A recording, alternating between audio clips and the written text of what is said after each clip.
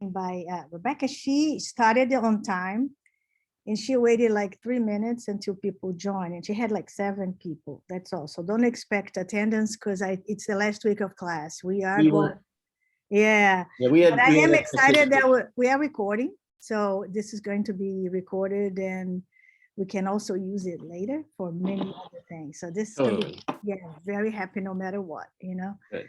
What else? Do you need anything specifically? So I have a little bio for Brent, Yeah.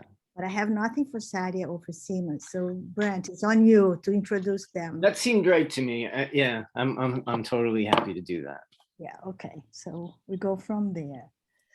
Anything else, guys, you need to ask me? No? I don't think so. Sadia, you sent me a bio, right? Yeah, I remember doing that. I do too. Seamus, you didn't send me a bio, right?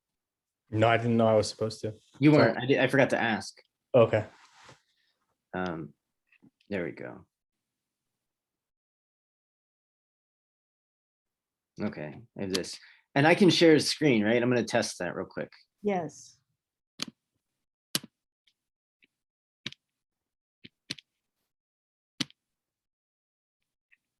That looks good.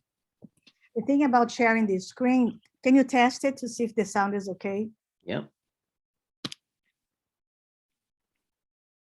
My name is Rodney Chandler. Yep. Yeah, it's fine. Great.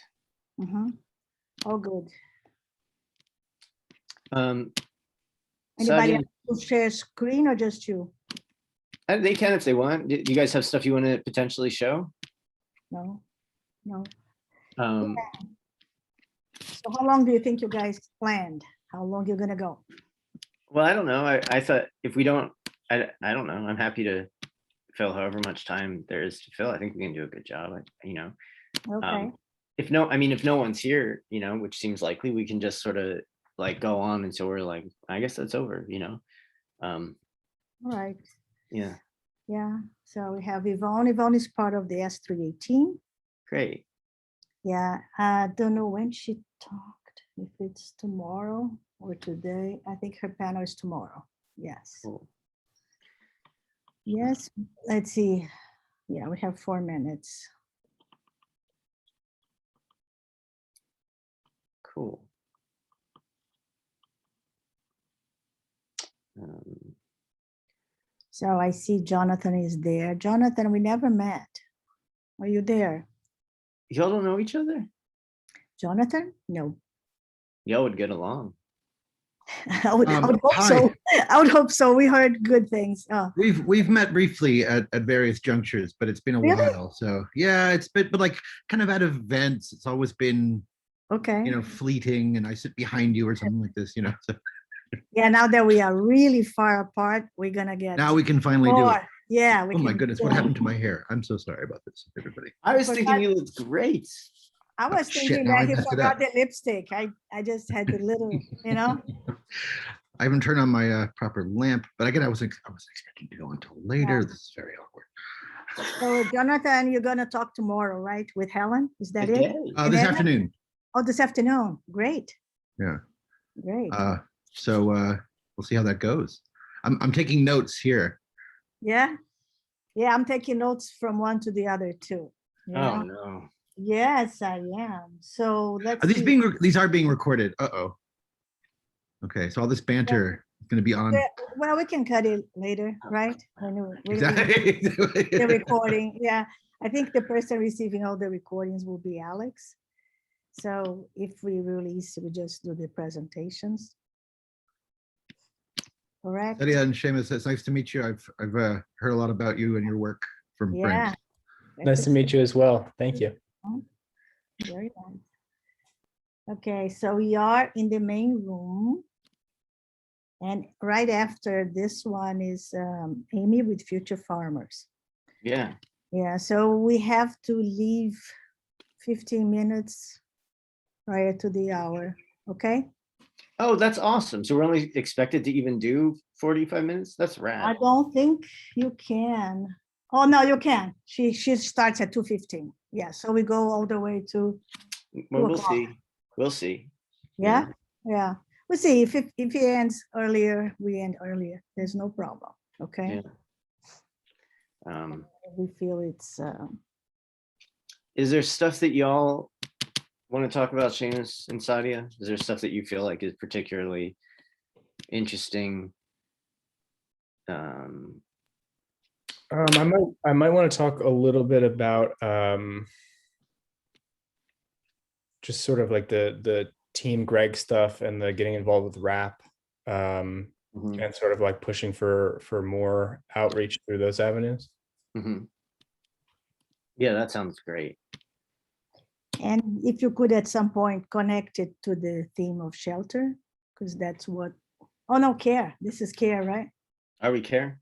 We could No. work with either one. No, I don't think you can. I don't think you have a theme. You're not one of the keynotes for the themes. So Yeah, I was whatever just, you wanna, I was given a time. That's it. that's no. it. So, well, the keynote artists that we had, there were the 5 main ones. They each addressing one theme. Like this morning, we had Brandon Ballinger, and he was addressing care, Yeah. right? Yeah, that's awesome. And I think Katie this afternoon will address cost. Hmm. And who else? And future farmers, it's going to be food. Yeah. Of course. Well, I think we are about to start. And I will, so I'll just start the webinar and just wait a couple of minutes for us to introduce Brent. Okay, Well, we'll just, yeah. continue, I guess. Let me Doesn't start and matter. then we can start talking. Okay. Mhm. So I guess it's welcome everybody.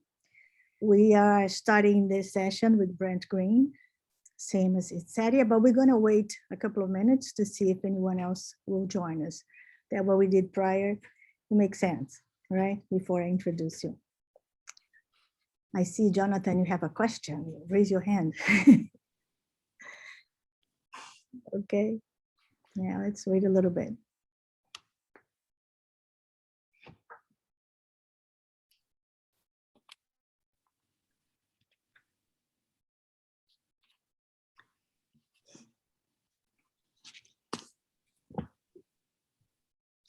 And at some point, if I need to leave, I'll introduce you guys and I'll go quiet.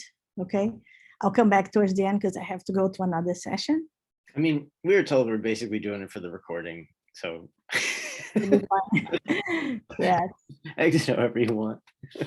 we can edit out of anything. For posterity. And I'll just announce to everybody, I have a meeting at 1:30. So You're also gonna jump. Mhm. I will jump it then, but I'm excited to, I mean, I can just ask my questions first. If Do you have a question? You can also put it at on the chat, Jonathan, if you want, of course. right? Thank you. Yeah. So it seems like we have 7 participants. It's us and no attendees at this point. No, there's 2 attendees. That counts. Kim Okay, and Michelle. let me see. How come I can't see them? I don't know what to tell you, Simone. Yes, you should help me here. I don't Tech. know how to help you. Yeah, I don't know either. Michelle just put her hand up. She wants to know how to leave.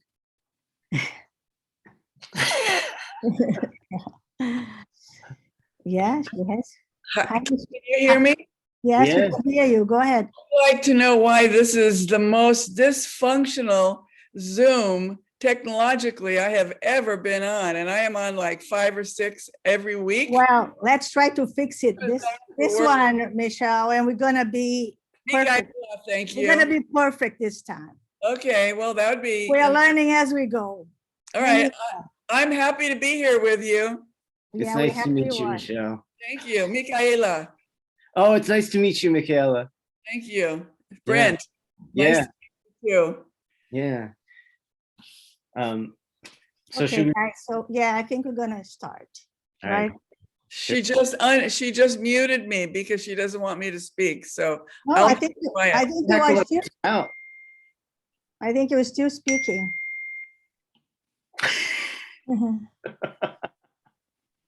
Okay,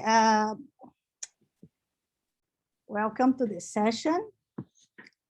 I'm going to do a quick introduction to Brent and we go from there, right? So Brent Green is an American self-taught artist and filmmaker living and working in rural upstate in New York. Green's sculptures, films, live performances, and drawings have been exhibited in venues ranging from city rooftops to the Museum of Modern Art in New York, the Kitchen in New York, the Hammer Museum in Los Angeles, the Berkeley Art Museum, the Walker Art Center in Minneapolis, and the Sundance Film Festival. His work is in permanent collections of public institutions, including the MoMA in New York, the American Folk Art Museum in New York, and the Hammer Museum in LA. His work has been supported by, among others, Creative Capital and the Sundance Institute. Welcome, Brent. Thanks, Simone. So,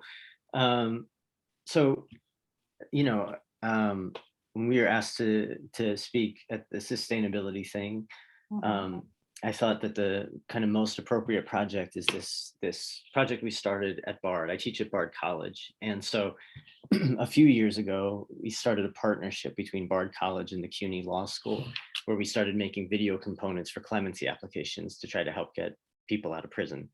And so the way that, the way that works is, the students are making all the work, and our film students and human rights students are being partnered with CUNY Law students and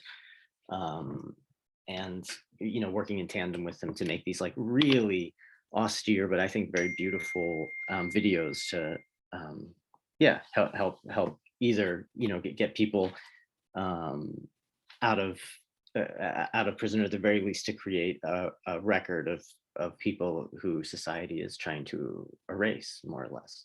So in last semester's class, like Sadia Saba and Seamus Heady were two of the students, and Sadia does a ton of work in activism work around voting rights, I'll feel slightly guilty reading Sadia's bio because I didn't ask Seamus for one, but I'm going to do it anyway. So it says Sadia Saba is a New York City native and senior at Bard College, studying global and international studies with a concentration in the Middle East and North Africa. In 2019, she spent the year studying in Cairo, Egypt, where she learned Arabic and worked with local refugee communities. At Bard, she's the community engagement coordinator of the Elections at Bard team, a student-led nonpartisan initiative that facilitates voter registration, hosts candidate forums, organizes political advocacy events, and protects the rights of students to vote and have their votes counted. And Seamus is the other person here. So no, Seamus is an amazing filmmaker who's done tons of work, a lot of advocacy work, largely around prison reform, but also just an enormous amount of work of all sort of like varieties. So like kind of before, like I think a good way to get started is maybe I'll go and show one of the videos from last semester to give like a clear idea of what we're talking about. But the overall conversation will range, beyond just this like clemency thing to, how kind of media can affect advocacy at this moment, and how like all kinds of different people are using it. So here, we'll start off watching a video that we made for a guy named Rodney Chandler. Won't we? We will. Hold on.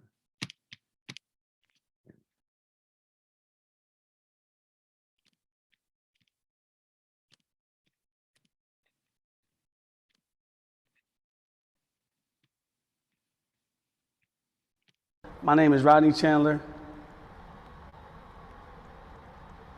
Thank you for allowing me to tell my story. Well, in my life, I grew up in Rochester, New York, real rough neighborhood, and I just made a lot of bad decisions.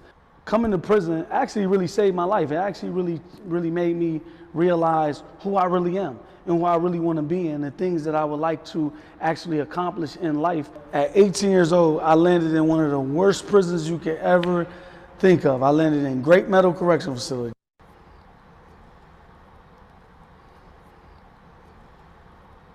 And then that's when I started getting acquainted to prison. That's when I realized that I really messed up my life.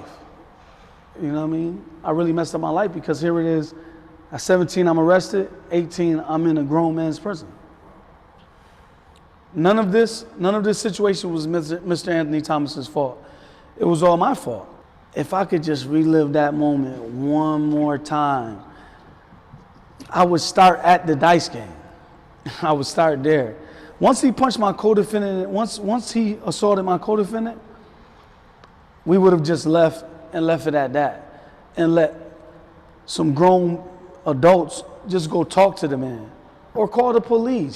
These are options that were on the table, but us at 16, 17 years old, we didn't feel like that was an option.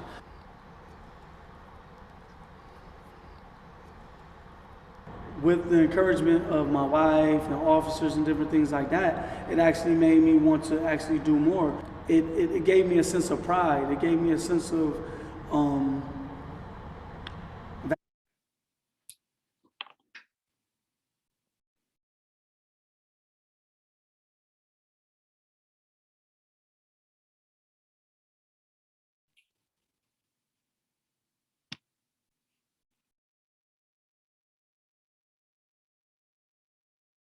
That's on Bard's Wi-Fi. value.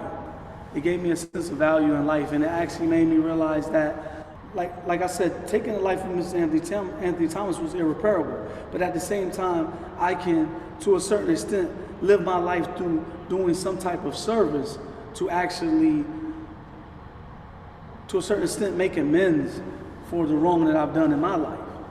When you're working with someone with a terminal illness, you have to place those things out of your mind when you go into these rooms, because you have to help this man no matter what. Actually, hospice actually made me not just appreciate my life and value my life, but at the same time, it allowed me to appreciate and value the lives of others. Mobility aid is for guys who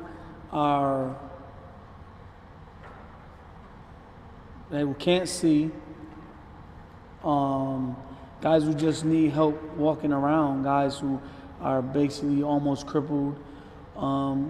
Wendy is like a good facility for that because they have the blind mobility aid certificate. You get a pass, so you walk guys who are blind or who can't really see. And it actually was a good thing because here it is, most deaf guys or most blind guys really don't have any friends. They don't have people who they really can talk to. They're like alone. So if he has 10 years, it really feels like he has 50 years because no one talks to him, no one associates with him. So now here it is, he has a person that can actually see and hear, that actually takes a liking to him and actually can actually help him get around and do different things.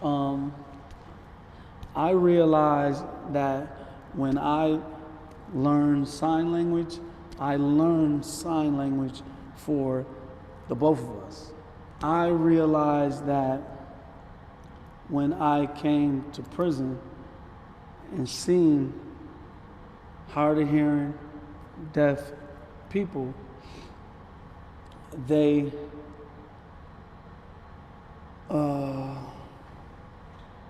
never have friends.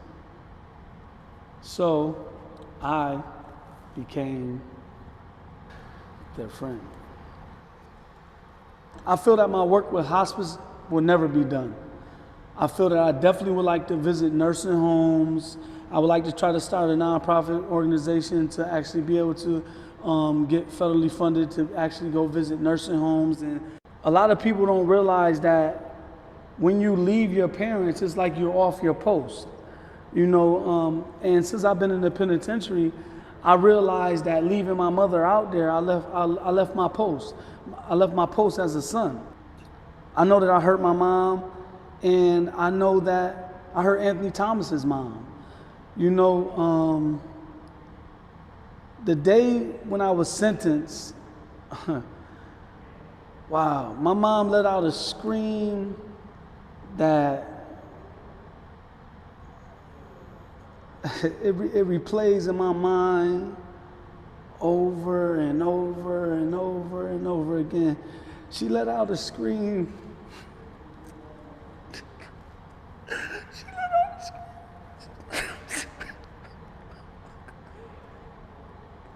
She let out a scream I'll never forget. I'll never forget it. I'll never forget the scream that she let out.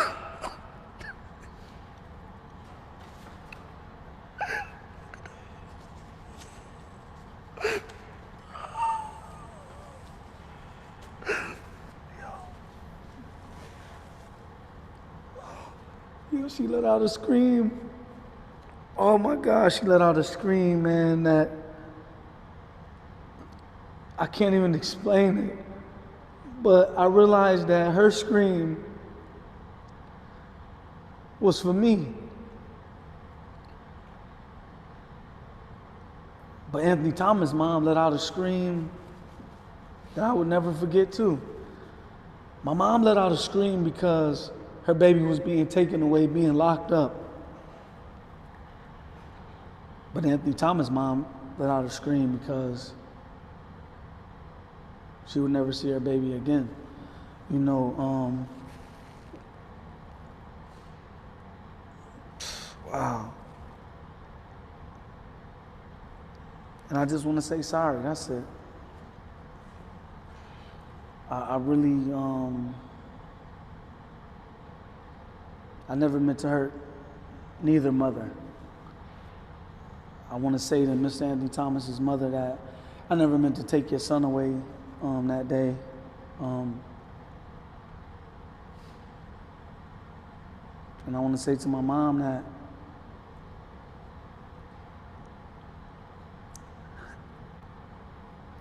that you did nothing wrong. You did everything right. But I just chose the wrong path. That's it. Governor.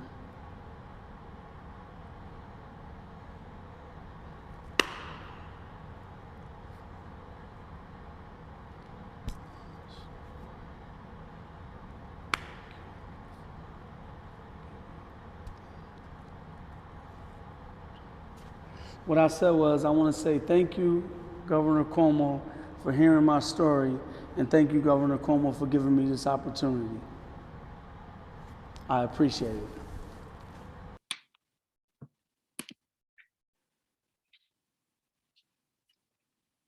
So that's a example of what we do. And I think that, you know, in turning this into a conversation, I think that it would be, you know, the thing to do is probably ask, like, we'll start with Sadia, like what was your kind of route to getting to this class and like your interest in it and like what the experience was. And then if you know, if you feel like talking at the end of that, like, you know, where do you see this kind of experience leading in terms of future work? You know, same thing with Seamus, just let's just all start talking, but not at the same time, you know, let's have decorum here. Yeah, I'd be happy to take it first.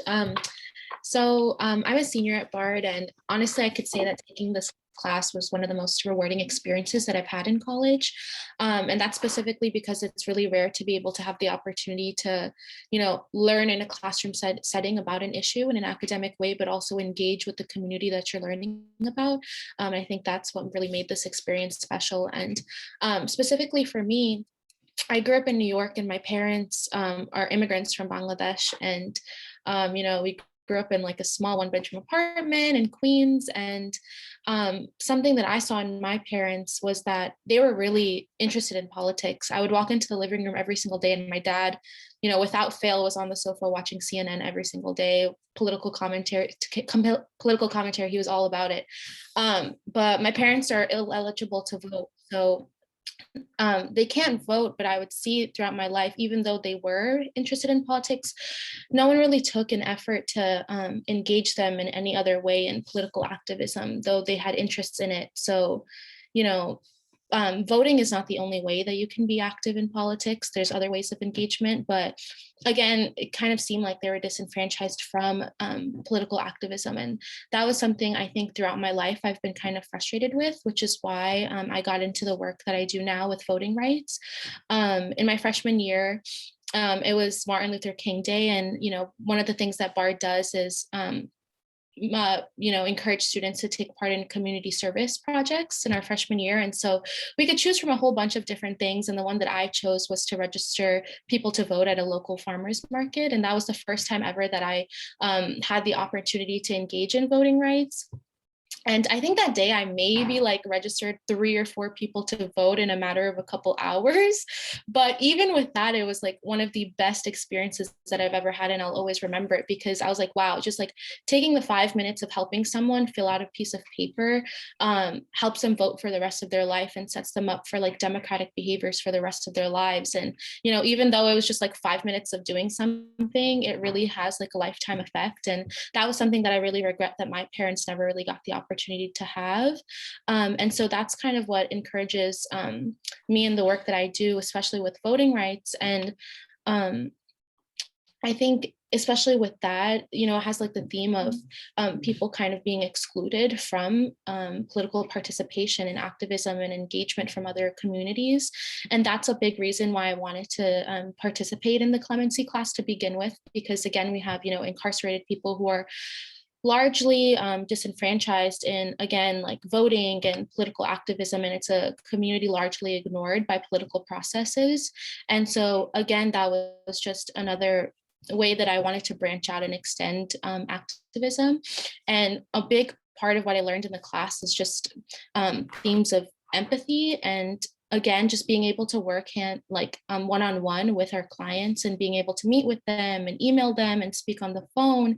You really get to understand of, this person that's largely villainized by society, but once you actually get to talk to them, they're just ordinary people who have, pasts where they've made mistakes, just the rest of us. And so, just bringing those sentiments of empathy to our future work, I think is really important. Yeah. Yeah. Were there any well, we'll skip to Seamus in a second, but when you're talking about it, one thing I've noticed a lot in the a lot of the sort of film stuff that I'm seeing people make around particularly young people is it's a lot of people sort of operating on parallel planes, people sort of having discussions near each other, being near each other, but there's virtually, it's very, very rare to see stuff that has these sort of transformative interactions. And I wonder, and I feel that's such a huge part of making art and making things that change perspective on the world. And so I wonder if there's any of that happened when you were registering people to vote, or not really. It was just that it was active and things were happening. Yeah, I think I really just enjoyed working with young people because that was also really important to me. I have an older brother who is in the STEM field. He's pre-med. He takes no interest in politics, or he didn't before. And then, the 2016 election happened, and, it was such a, polarizing thing. And even he was my one vote does not matter. One vote's not going to change an entire system.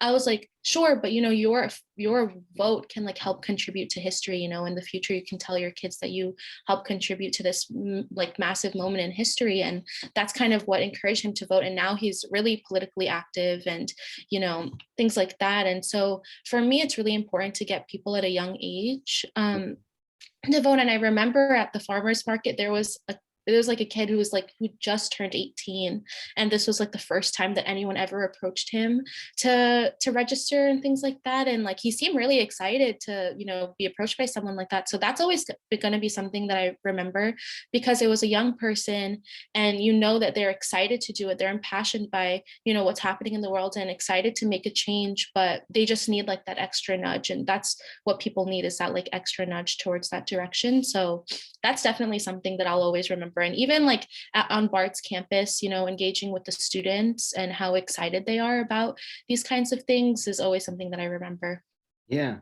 It's not, for me, from my perspective, it isn't just an extra nudge. It's it feels this is a path where you can do this. And I think and like Seamus, I think this probably like rings true of like your experience as well, that like you don't realize that these are things you can contribute to, you can take part in. Like when you sort of grow up, like I grew up in rural Pennsylvania in the middle of nowhere, and Seamus, I think you grew up in rural New York, or at least something close enough. But like, yeah, can I like the same, I guess the same thing, like what led you to this thing, like basic story, where do you see it going? Because you've been doing tons of like activism work around like incarceration and stuff with the Team Greg and that kind of thing. Yeah, so I mean, I can't say that I ever envisioned myself doing this. I didn't even envision myself being here at Bard College. 5-10 years ago, the thought of being at a somewhat selective 4-year private school, expensive, it was all of those things were these factors that were telling me there's no way you're ever going to achieve that. And so even just being in the position to be able to help in this way is incredible for me. I did grow up in sort of rural New York, and I definitely struggled growing up, especially throughout high school and early college. This is not my first shot at college. I actually was in and out of community college for a while as I struggled with alcohol and drug issues that stretched back to the time I was 13 years old. So from 13 to 19, I was just living a really rough life. Making terrible decisions, hanging around people who were doing the same thing. And, you hear a lot about like, oh, so-and-so fell in with a bad crowd. And I don't see it that way looking back. It wasn't a bad crowd. It was people who were born with a bad hand. They unfortunate circumstances, a lot of mental health issues that went untreated, unstable family lives for a lot of my friends. And I saw people with really great hearts, unfortunately, just going down the wrong path. And I was doing the same. And it took a lot to sort of wake me up to that. But I attribute that life experience to sort of understanding that great people can do terrible things. And I think our society in general historically has been way too quick to act only punitively, to just, and to like your point, Brent, to make these people disappear. And to what Sadia was saying, these are disenfranchised people, and it's not an accident. This is a system that is designed to take things away from people when they feel that they don't deserve it anymore. They lose their chances. And I've benefited tremendously from second chances. I feel like 1,000 people have given me a second chance. Community college was huge for me at the time. I had a terrible GPA. I don't think any college would have accepted me. But the school that I had dropped out of, allowed me back because, they have an open enrollment. So I had a second chance there to build myself back up. My friends, my family gave me second chances. Employers, took a chance on me. And Bard College has taken a huge chance on me and given me a scholarship that's allowed somebody in a financial position that would never be able to do this work. And so I feel that it's my responsibility, as somebody who believes in second chances and has been given these second chances, to try to advocate for second chances. Yeah. So yeah, I mean, I really believe in redemption, and I think the world we live in would be a much greater place if we set up paths to redemption. Because if not, then where's the growth that's going to happen? Where's the positive change? I kind kind of fascinating thing about that from like my perspective, like looking at it, I imagine that most, and again, growing up in a similar type scene, like most people, when they're sort of like given these chances or given an opportunity to get out of getting mired in like some sort of like really difficult thing, they kind of just, most people sort of like just white knuckle onto like getting by, you know, like you like get a job and you don't fucking lose it, right? But there's really something too, and I'm curious what it is. I'm curious if it's something in your personality or what the particular opportunities were that made you not just do that, that you're like, yeah, I was given these opportunities, and like you didn't come here and you weren't like, look, I'm going to get an econ degree and I'm going to get by. You know, you instead like went and got into like film production and to make like advocacy work and things like that, which is like, it's a lot more ambitious, I think. No offense to like econ people or whatever, you know, I mean, I guess kind of a little, but, you know, mostly like, I think it's really like, I think there's really something to be said about that, about like the ambition of both of y'all, you know, that, and I don't know. Yeah. Well, super embarrassing. I do take some econ classes and I'm going to have to tell them all you said that. Yeah, it's fine. I mean, I just got a new contract. I'm cool. No, I'm just kidding. I don't know. That's a good question. I think for me, because everything for me went so terribly wrong, I had to start entirely new. And there wasn't sort of this, there was a freedom that came along with that, I guess. And I realized I had an enormous opportunity and I wanted to capitalize on it. I wanted to do something that I felt could make the world a better place for everyone. And, you know, you can do that through studying economics, you know, and you can do that in any field really. But it also gave me, this new start gave me the courage to sort of go down an avenue of something where I thought I had a skill set, but was almost too embarrassed to try, you know. Even now I get a lot of comments about being an art student, you know, at like a super liberal school and all that. And I just have to go, well, you know, this is how I can work. This is how I can help people. So yeah, I think just any way that I can take the skills I have and sort of apply them to something that matters, I think is a great opportunity. And that's this class. When I saw it in the course catalog, I was like, wow, that's incredible. And you know, another thing, the video we just watched of Rodney, I hope anybody watching that or anybody who has watched that feels like they get to know him a little bit. And that's one of the things about, you know, these people who have been erased, you get to know them. And that for me was actually the biggest part of this experience, was getting to know these folks we worked with, because every single one of them blew me away. Right. And the resilience that you see in them and the peace that they have, the peace of mind that they somehow have after everything they've gone through, and that desire to still give back to other people inspires me to do the same. The course really lit a fire inside of me to keep trying to help. Yeah. Because I could certainly have it way worse, and it could be way harder for me to try to help people. You know, this could be so much more challenging for me. And the fact that it is so much more challenging for some of these guys, and they're still doing this, it's incredible. Yeah. Where are you at, Sadia? What are you thinking about? Yeah, no, I definitely agree with Seamus, and something that I touched on that that really resonated with me is just like understanding like what forms of advocacy or activism are most accessible to you. Like, you know, before coming to BARD, that was like my household in terms of, you know, being engaged with my parents and my siblings and things like that, and their own forms of civic engagement and talking to them about issues important to them. And, you know, that was kind of creating change within like just a 5-person household. But then once I came to college, I realized that, you know, my circles were a lot bigger. There are more opportunities and channels that were accessible for me to be a part of, like the nonpartisan voting initiative that I'm a part now, Election at BARD. You know, it's just like a club that, you know, happens to do this kind of work. And I was like, wait, this looks amazing. I had a great time registering people at this farmer's market. Let's continue doing this.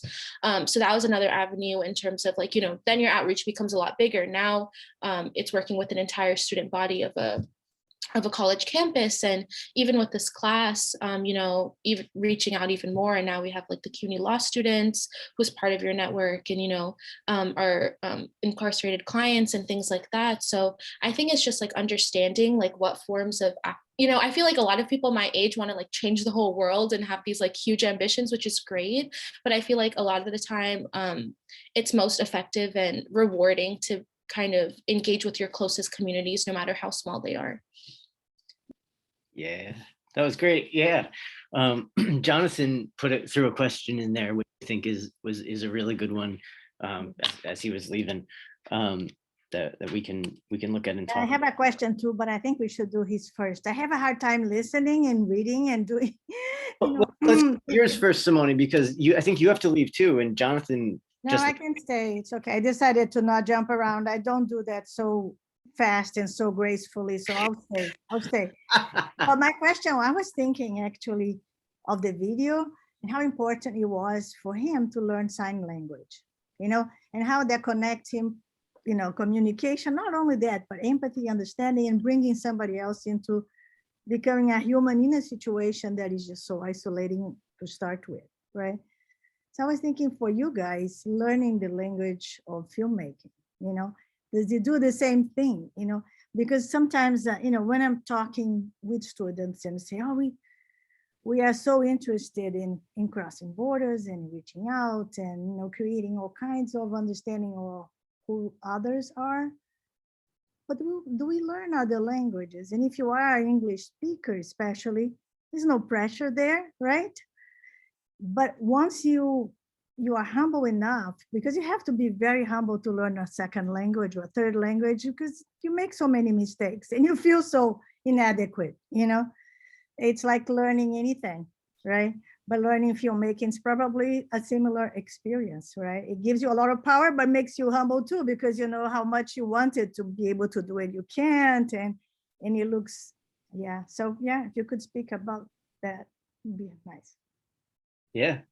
Yeah, I definitely have something I want to say that. I mean, it's a great point, and I actually hadn't really very thoughtfully considered that until now. But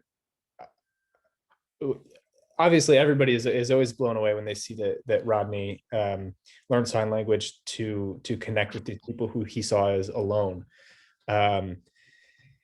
But it's about accessibility, right? And I think so is film, and so is video production. A lot of this very, you know, Tom's not here. Tom Keenan, our other professor for this class, and he had us read some really great articles.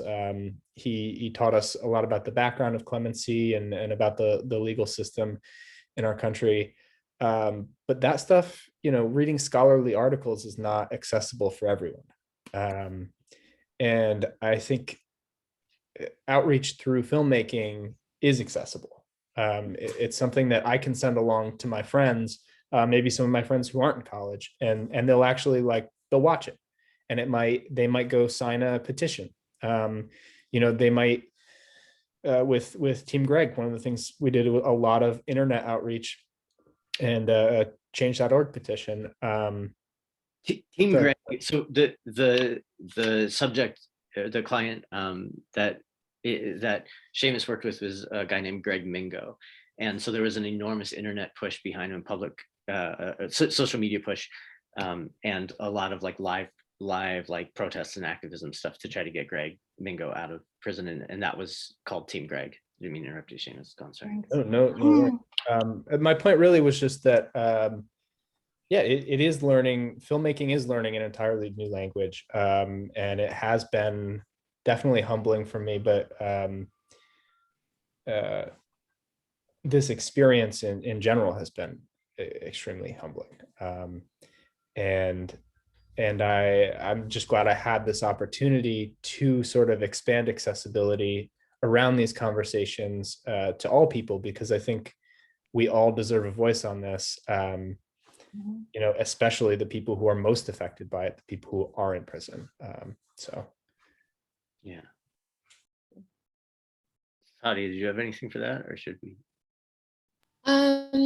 I mean, just a little bit, I guess. Like, I was one of the few in the class that actually is not a filmmaker by trade. I mean, I make like vlogs for fun and stuff, but that's like not at all how like talented everyone else in the class was in film and editing. But again, yeah, it was really humbling to learn, you know, that new language. And, you know, I would sit, you know, next to my teammates, you know, while they were editing and stuff. And, you know, it is a lot of work. A lot of work goes into it. And I grew a huge appreciation for the art of it. And, you know, like, yeah, again, like just to echo what Seamus said, like, you know, I had so many friends that I was able to tell about, you know, Frank Pruitt, who was my client, just because I was able to like share the videos and sit with them as they watched it. And it became such a more like community experience in a way that, like, you know, I don't think it has the same effect if you just like send people articles or like, you know, huge papers that, you know, academics wrote with like difficult language and things like that. It, again, like what Seamus said, it is a matter of accessibility, which I really enjoyed about the class. Yeah. So, and I have thoughts on this too. And then Michaela also asked, and I'm going to roll this into it. Michaela asked if we have networks of similar warriors across the country and curriculum to affect substantial hope and real paradigm shift.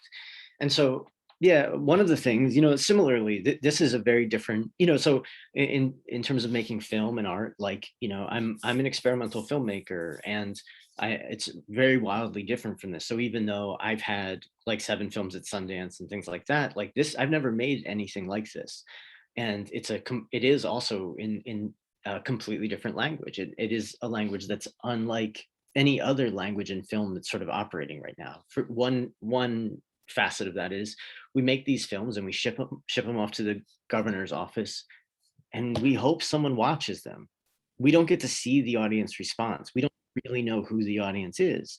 They're, you know, like watching them, probably if they watch them, I mean, they are watching them, we can see that there's a view, but that they're watching them like on a TV in the middle of the day, and they can turn it off whenever they want. And we don't know who they are. We don't know who the audience is. It's a very, very strange thing, a very strange way to make a film. And so the students are going into the prisons, and they develop a relationship with the client, and usually their families and the law students in advance, where they're talking on the phone with them for hours and hours. But they go in and they film usually 3 to 5 hours in the prison, and then cut it down to these like you know, 5 or so minute videos, which is an extraordinary amount of work and really, really difficult to do. And there isn't a template for it. So one of the things that's exciting about this project, and to Michaela's question, is like there isn't an existing template for this. We don't really know what works. We know that the videos seem to have a relatively large effect on people getting parole, people getting clemency to a lesser and more vague degree, people getting like sentencing mitigation and stuff like that. So they have a real effect, but we're not really quite sure exactly what causes that effect. So largely we work with a nonprofit called Witness. That is like is kind of, I would say I mean, I wouldn't say they're like the leader in like video advocacy across like all kinds of realms. And they really help us out and like try to help guide us. But we veered a little more experimental than them, and I think to our benefit. And and then we work with around New York, you know, legal aid. We like end up sending a lot of interns their way and have like a lot of communication with them. And the CUNY J school, is the journalism school, is also is involved in this partnership in a different way. They're journalists and we're advocates, so it's a different thing. And you know, one of the things that that Tom Keenan, who they're talking about, and I are hoping to do is expand this. And it's a really valuable thing. It's a really unusual thing. It's a really powerful tool. And the more people we get involved in it, the better. And I think one of the reasons we're doing this seminar is because, you know, we're hoping to like continue to develop the relationship with other schools and other institutions. So doing some sort of outreach like this seems really, really valuable across the board, and also hearing how it's hitting people. And so yeah, so that stuff is all true. And one other slight point that to Simone's question in terms of you know, where I'm coming from as someone who is like an experienced filmmaker, but learning a new language to a large degree, I always have this equation in my head that seems valuable for those of us who are like established, right? And I always think like there's work that you make to think about things, and there's work that's part of the cultural conversation. And the more those two things are aligned, the more relevant an artist you are, right? And but those things aren't always aligned, and that's totally fine. But when they're relatively far apart, you can't be expected to be paid for like the work that you're making to think about stuff. You can't really expect there to be much of an audience for that. And so that requires you then, if you have an interest in engaging artistically with the world, even if it isn't with your own personal kind of expression stuff, to look at society and think like where you can have an impact, which is very similar to what Seamus and Sadia were saying their introduction to this stuff was, you know. And for me, it was really conscious and based on that equation, you know. And that's part of like how I try to look at things. So Jonathan, before taking off, said, Was trying to understand the question, but whether this Yeah. Okay, question. Could you discuss how important the kinds of access and equity you are all describing and seeking to make possible is fundamental to any working understanding of sustainability? I think he's talking about well, and I think this question is coming through the symposium, and I think everywhere we are beginning to understand how much more connected, right? With sustainability in terms of environmental justice. You cannot separate the systems anymore. It deals with accessibility and equity, absolutely, right? So let you address that, Brent. Well, do you all have thoughts on that? I certainly have thoughts on that. Yeah. Yeah, go ahead. I have a little bit. Sure. Yeah, I think for me, it really goes back to some of the stuff I was talking about earlier, about how punitive our society is. I don't think that is a sustainable mindset. I think that, you know, like the old saying, you know, an eye for an eye makes the whole world blind. You know, if we just keep punishing each other, we're never going to have room to grow and support each other. And I think creating these paths to redemption is integral to that, is integral to sustainability, because it's sustainable for our culture to always be strengthening itself, rather than just, you know, dogpiling on each other. So for me, that's one of the things that sticks out as far as how I see this as part of sustainability. Yeah, I was also thinking, Seamus, in terms of how the people that pay the price for all kinds of environmental consequences, toxic waste, you know, are always the poor, the ones that are already disadvantaged in terms of education, or in terms of housing, whether you get to live, whether you choose, you know. So there are so many very basic issues of equality that are already affecting who is going to pay dealing with the cost here, right? Human cost, economic cost of who actually is suffering more from this.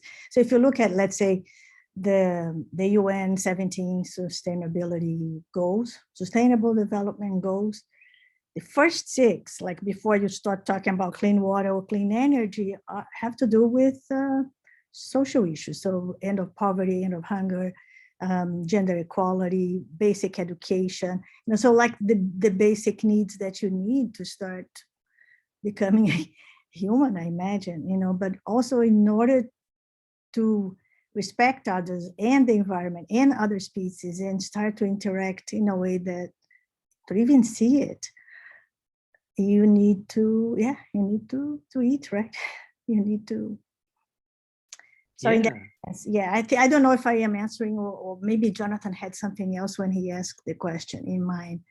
No, I think that's exactly it. I think that's largely exactly what he meant. And I think that, you know, again, like if the end results of this, without question, just because it's so hard to get somebody, for someone to be granted clemency, the numbers are so low. The end result of this project is going to be much more creating a record of people that society has tried to erase. That is without question going to be the largest end result of that. And in terms of like sustainability, and you're right, like talking about equality and things like that, there's no way to that I can think of to go about that without like having some sort of empathetic response or understanding of what people are going through, which is, and so this project speaks to that directly. Yeah. Sorry, Sadia, were you saying something before I just started talking? No, but I just wanted to piggyback off of what you both were saying in terms of sustainability. If we look at, the communities that are most disproportionately affected by, climate change and climate issues and sustainability and mass incarceration in the United States, it's low income and, Black people in America. And so understanding those issues is key to when exploring things like sustainability and clemency, has huge overlaps in that way. And I think our class was in a unique position in terms of doing this kind of work during a pandemic. And I think it really opened our eyes to a lot of the sustainability issues there as well. Talking to our clients and seeing how they struggle with COVID inside of the prisons, and how there's like very few like health protections for them, and they're in a very, very vulnerable position inside of these facilities. And so it, that really opened my eyes to different sustainability in terms of health and, those basic things that you're talking about with the Sustainable Development Goals. Yeah, it's like definitely prominent in terms of, the population that we worked with. Yeah, no, absolutely. I see that Michaela had her hand up. Do you want to say anything before? I think I can. I'm not super good at this, so Michaela, bear with me. I'm trying. Okay. No, I just answered. SPLC is Southern Poverty Law Center, of course. And I wanted to know if you've been in contact with Brian Stevenson to work with his clemency. Is that what it's called? I forget. His project with prisons and poverty. If you worked with him, I'm sure he has the network to make you national and international. I mean, it could just fly. And the people, obviously, these two guys you have working with you, it's so exhilarating to hear what they have to say and to see what you're doing. And I can't believe that, I mean, this has got to be instituted absolutely everywhere, because people need you. They need to know that there are people who are actually doing something that really works. And it's just, I'm so thrilled, honestly. You've made my day. So thank you. Yeah, so obviously we love Brian Stevenson. We talk about him a lot. I don't believe we've ever reached out to him. I think that we've felt too, I think we're getting our way there. Like in terms of advisors and people that we have working with us, like, we're located in New York solely at this point. And so we work with Steve Zeidman at the CUNY Law School, and he's sort of like the biggest name in clemency in New York State. And that's really helpful. And then we have a lot of artists that weigh in, usually privately, unfortunately for the students at this point, because everyone's so busy. But like Titus Kafar has given us a lot of advice in terms of how the project seems to be going. Sam Green, who made The Weather Underground, has been like an enormous help. Penny Lane, who's like brilliant documentarian. We have a network of artists who are really, really helpful, but particularly, are weighing in much more sort of a backroom kind of way, where they'll give us notes on things. But yeah, a big part of this is, I feel like the last semester where we did it, the one that Seamus and Sadia were a part of, was, I feel like, really just an incredible crop of, made just an incredible set of videos. And I feel like that was the one we're like, all right, we're like ready to kind of like put this out there and see where it goes. So, well, this is the moment. Yeah, this is the moment. And you need to do a TED Talk that goes everywhere. Right? Yeah, we'll Sadia and Seamus up there to do it. Yeah. And I appreciate that. Yeah. But you need to be part of it, because you're incredibly impassioned and impressive, and you're just filled with this authenticity and integrity that comes across. So you just need to be part of that too, just Yeah. like they are. I mean, look at them, they're wonderful. Yeah, but I think another thing that's super interesting about this, and I think that like, so Brian Stevenson is brilliant, but one thing that I really love about this project and that I think really lends it to growing is and having a really big effect is, you know, like these aren't projects, or there aren't credits at the end of these things, and I really love that. I think that like, you know, we've had a couple pieces get out in the world through like BuzzFeed News and things like that. And those we put like students, I mean, the students who made them, their names have been on them. That's the proper way to put it. And I think there's really something kind of amazing about that, about having something that doesn't have any sort of whatever face to it, because like that is a project. Like, how much can you hate a project, you know, like how much can a project annoy you? I think it gives it a lot more power when it comes out of this this project that you know, was I clear enough? I feel like if I say another No, I honestly think that it can't be faceless. I think that your three faces bring the humanity of the of your agenda into people's homes. Yeah. And that's what's needed. I mean, you know, we need people talking to people. We don't need messages and machines.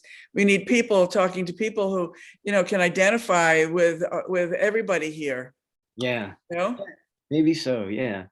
One thing I was thinking about too, when everyone was talking, was in terms of just like the things that launched everyone on this. This I always thought was a really kind of like lovely point, was I was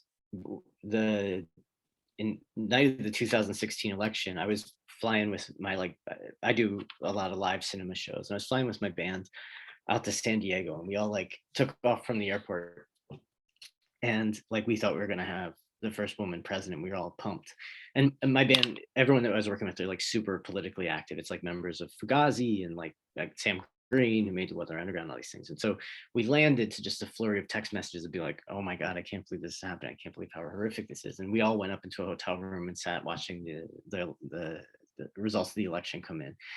And we started writing, a lot of friends, like kind of like older people, like, you know, writers and stuff in like their 70s, and members of the Weather Underground and people like that. And Mark Rudd from the Weather Underground wrote back, you know, we were saying like, what in history does this remind you of? Like what does this make you think of? What's happening? And then Mark Rudd wrote back and he said, well, the good news is, like, you know, assembling people will never be easier than it's going to be starting right now.